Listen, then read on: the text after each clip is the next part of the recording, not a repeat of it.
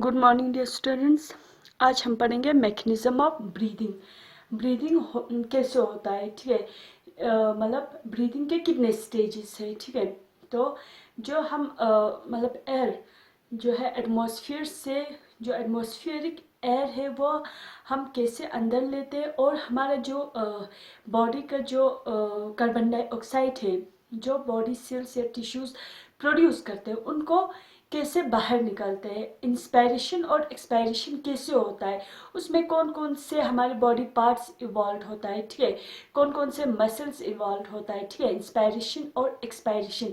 Inspiration means air को अंदर लेना, एक्सपायरेशन मीन्स हवा को बाहर छोड़ना, एयर को बाहर छोड़ना। तो ये एक्चुअली इनमें कौन कौन से मसल्स या कौन कौन से बॉडी पार्ट्स इन्वॉल्व होता है वो सब हम किस में डिस्कस करेंगे, मैकेनिज्म ऑफ ब्रीदिंग में, ठीक है। अब जब हम ब्रीदिंग पढ़ते हैं तो ब्रीदिंग जो है, ठीक है, ब्रीदिंग के दो स्टेजेस है। अगर हम इसके मैकेनिज्म के बारे में बात करें तो ब्रीदिंग इन्वॉल्व्स टू स्टेजेस, ठीक है। इसमें इंस्पायरेशन होता है जहाँ पे इंस्पायरेशन में ड्यूरिंग विच एटमॉस्फेरिक एयर जो है वो हम अंदर लेता है, इंस्पायरेशन।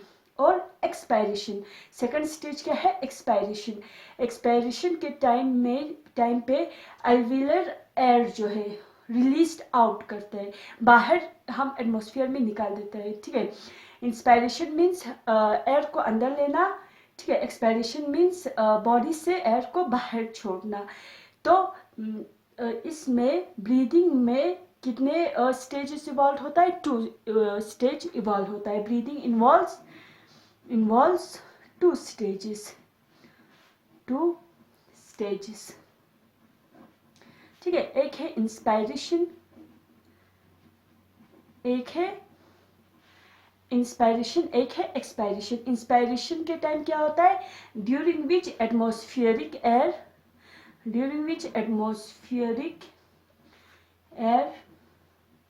is drawn in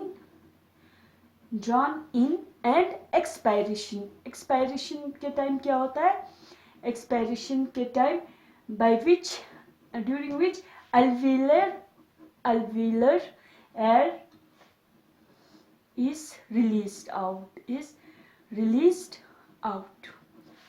ठीक है। तो ब्रीदिंग में दो स्टेज होता है, एक इंस्पायरेशन जिसमें एयर हम अंदर लेता है, और एक्सपायरेशन जो कि हम एयर बॉडी के बाहर निकाल देता है, ठीक है।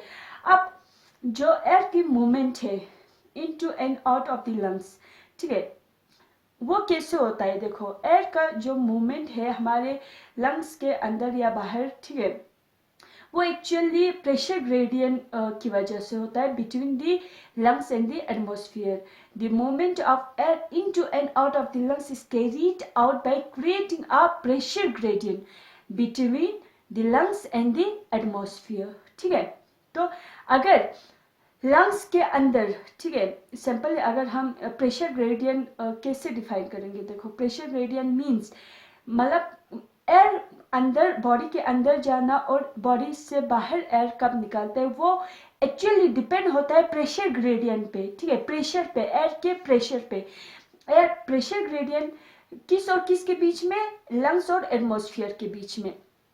अब मान लो हमारे लंग्स के अंदर ठीक है प्रेशर ज्यादा है, तो मतलब खाली जगह कम है लेकिन एयर ज्यादा है, तो वो क्या करेंगे, वो बाहर छोड़ देंगे, ठीक है। लेकिन अगर हमारे लंग्स के अंदर जगह ज्यादा है, ठीक है, लंग्स क्या हुआ है, रिलैक्स हुआ है, ठीक है, तो वो क्या करेगा, बाहर से, क्योंकि हमारे लंग्स के अंदर जो है, हमारे लंग्स के अंदर क्या है, जगह है, स्पेस है, तो बाहर से हवा अंदर आ सकते हैं, तो वो इंस्पायरेशन होगा।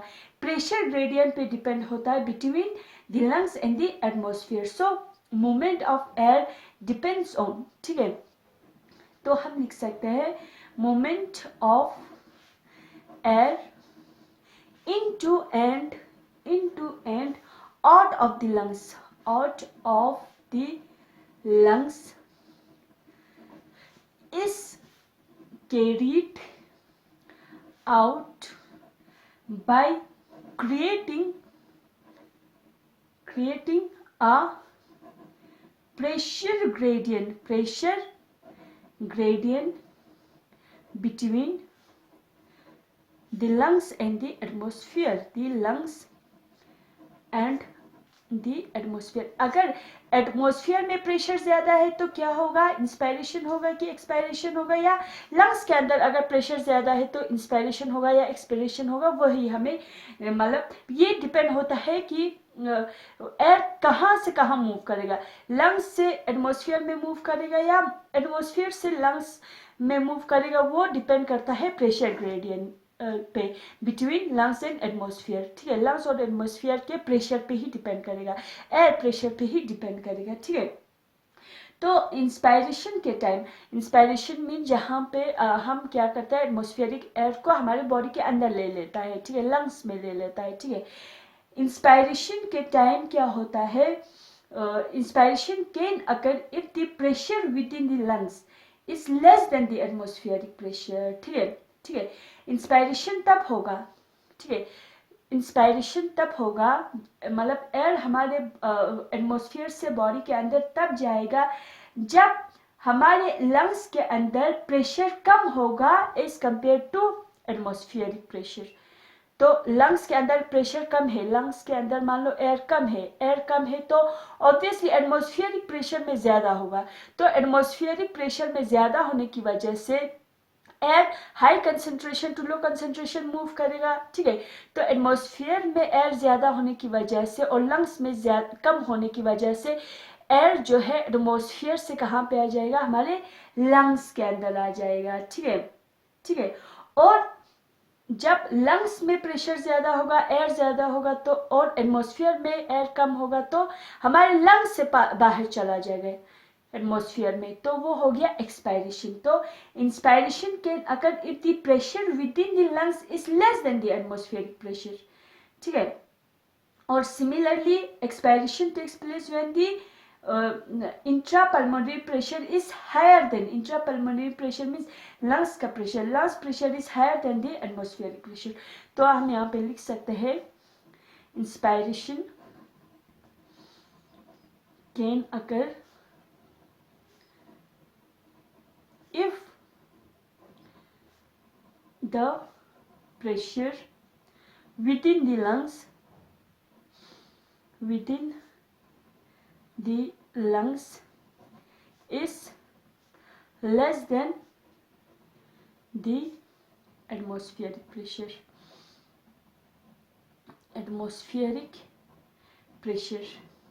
Similarly expiration कब होगा, expiration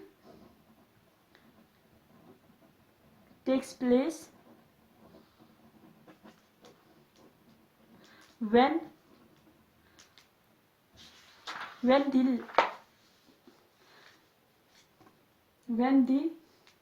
lung pressure is higher than the atmospheric pressure। Atmospheric pressure, ये देखो ये सिंपली, ठीक है, मतलब इंस्पायरेशन कब होगा, देखो मीन्स इंस्पायरेशन मीन्स मतलब एयर हमारे बॉडी हमारे एटमॉस्फेयर से बॉडी के अंदर हम जो इंस्पायर करते हैं, हवा अंदर ले लेता है। ठीक है, एयर एटमॉस्फेयर से हमारे बॉडी में कब आएगा, जब हमारे बॉडी के अंदर लंग्स के अंदर प्रेशर कम होगा, एयर कम होगा, तो ऑब्वियसली बाहर से अंदर आ जाएगा। ठीक है, lung pressure is less then atmospheric pressure, atmosphere में प्रेशर ज़्यादा है और हमारे लंग्स में प्रेशर कम है, एयर का प्रेशर कम है, एयर कम है, तो मतलब हाई एटमॉस्फेयर में क्या है, हाई कंसंट्रेशन है, एयर ज़्यादा है, लंग्स में एयर कम है, तो high concentration to low concentration atmosphere से लंग्स में चला जाएगा। ठीक है, तो एटमॉस्फेयर से बाहर से अंदर आना, लंग्स के अंदर आना, उसको कहा जाता है इंस्पायरेशन। तो इंस्पायरेशन के टाइम लंग्स का प्रेशर कम होता है as compare to atmospheric pressure. Expiration के टाइम उल्टा होगा, एक्सपायरेशन के टाइम हम कब छोड़ेंगे, मतलब हवा कब छोड़ेंगे, जब हमारे लंग्स के अंदर ज़्यादा हवा बढ़ जाएंगे, तो और एटमॉस्फेयर में हमारे एटमॉस्फेयर में कम होगा, तो हमारा लंग प्रेशर हुआ हायर, ज़्यादा हुआ as compare to atmospheric pressure, तो हमारा क्या होगा, एक्सपायरेशन होगा, एयर का क्या होगा, एक्सपायरेशन होगा। तो मतलब इंस्पायरेशन के अगर if the pressure within the lungs is less than the atmospheric pressure and expiration can take place when the lung pressure is higher than the atmospheric pressure। तो ये प्रेशर पे, ठीक है, प्रेशर ग्रेडियंट पे depend होता है कि inspiration कब होगा और एक्सपायरेशन कब होगा। Pressure gradient between lungs and atmosphere पे डिपेंड होता है, ठीक है, बिटवीन लंग्स एंड एटमोस्फियर पे डिपेंड होता है, ठीक है। अब इसमें, ठीक है, जो इंस्पायरेशन और एक्सपायरेशन लंग्स में मतलब कैसे प्रेशर हाई होगा या लंग्स में प्रेशर कम कैसे होगा, ये सारा डिपेंड होता है हमारे मतलब बॉडी पार्ट्स, कुछ बॉडी पार्ट्स पे, ठीक है, ठीक है। तो लंग में कब ज़्यादा प्रेशर हाई हो जाता है, ठीक है, जिसकी वजह से फोर्सफुल एक्सपायरेशन होता है, मतलब एक्सपायरेशन होता है, या कब प्रेशर एयर का प्रेशर लो होता है, ठीक है, एयर कम होता है जिसकी वजह से इंस्पायरेशन होता है। वो डिपेंड करता है हमारे मतलब बॉडी के कुछ पार्ट्स पे, ठीक है। एक्चुअली डायाफ्रेम और एक स्पेशलाइज्ड जो specialised set of muscle involve होता है इंस्पायरेशन और एक्सपायरेशन में। एक तो डायाफ्रेम होता है, ठीक है, और डूम शेप डायाफ्रेम होता है, और एक्सटर्नल और इंटरनल इंटरकोस्टल मसल्स होता है, ठीक है। इन मसल्स की वजह से और डायाफ्रेम की वजह से हमारा जो लंग का कैपेसिटी है, ठीक है, एयर को मतलब रखने के लिए या एयर को एक्सपायर करने की जो कैपेसिटी है वो डायाफ्रेम और उन मसल्स पे डिपेंड होता है, ठीक है, क्योंकि मसल्स और डायाफ्रेम के कंट्रैक्शन और रिलैक्सेशन होते रहते हैं, ठीक है। तो the diaphragm and the specialised set of muscles, internal and external intercostal muscles, जो कि इंटरनल और एक्सटर्नल इंटरकोस्टल मसल्स हमारे रिब्स से, रिब्स के बिटवीन होता है, जो हमारे रिब्स है, ठीक है, रिब्स जो हमारे लेटरल साइड पे जो रिब्स होता है, ठीक है ना, रिब्स के मतलब बिटवीन होता है, ठीक है, रिब्स के बीच में वो मसल्स प्रेजेंट होता है, external and internal intercostal muscles. उन मसल्स की वजह से हमारे लंग क्या होता है, लंग की कैपेसिटी या बढ़ जाता है या कम हो जाता है, और डायफ्रेम की वजह से, क्योंकि डायफ्रेम और उन मसल्स में इंटरनल और एक्सटर्नल इंटरकोस्टल मसल्स क्या होता रहता है, कंट्रैक्शन और रिलैक्सेशन होता रहता है। So the diaphragm and external and internal intercostal muscles between the ribs help in generation of pressure, ठीक है। डायाफ्रेम और जो मसल्स है internal and external intercostal muscles, वो प्रेशर जनरेट करने में मदद करते हैं। तो हम लिख सकते हैं यहाँ पे the diaphragm and external and internal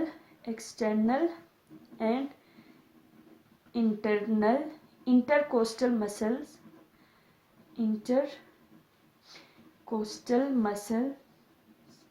between the ribs, ये कहाँ पे होता है, internal and external coastal muscle between the ribs help in generation of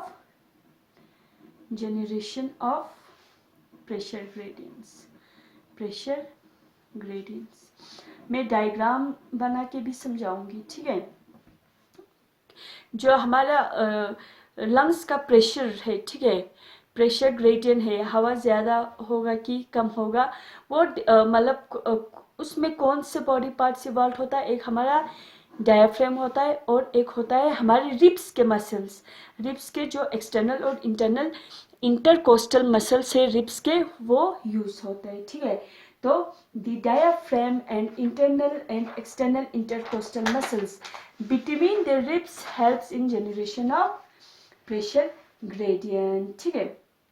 अब ये कैसे होता है वो हम नेक्स्ट क्लास में पढ़ेंगे, ठीक है।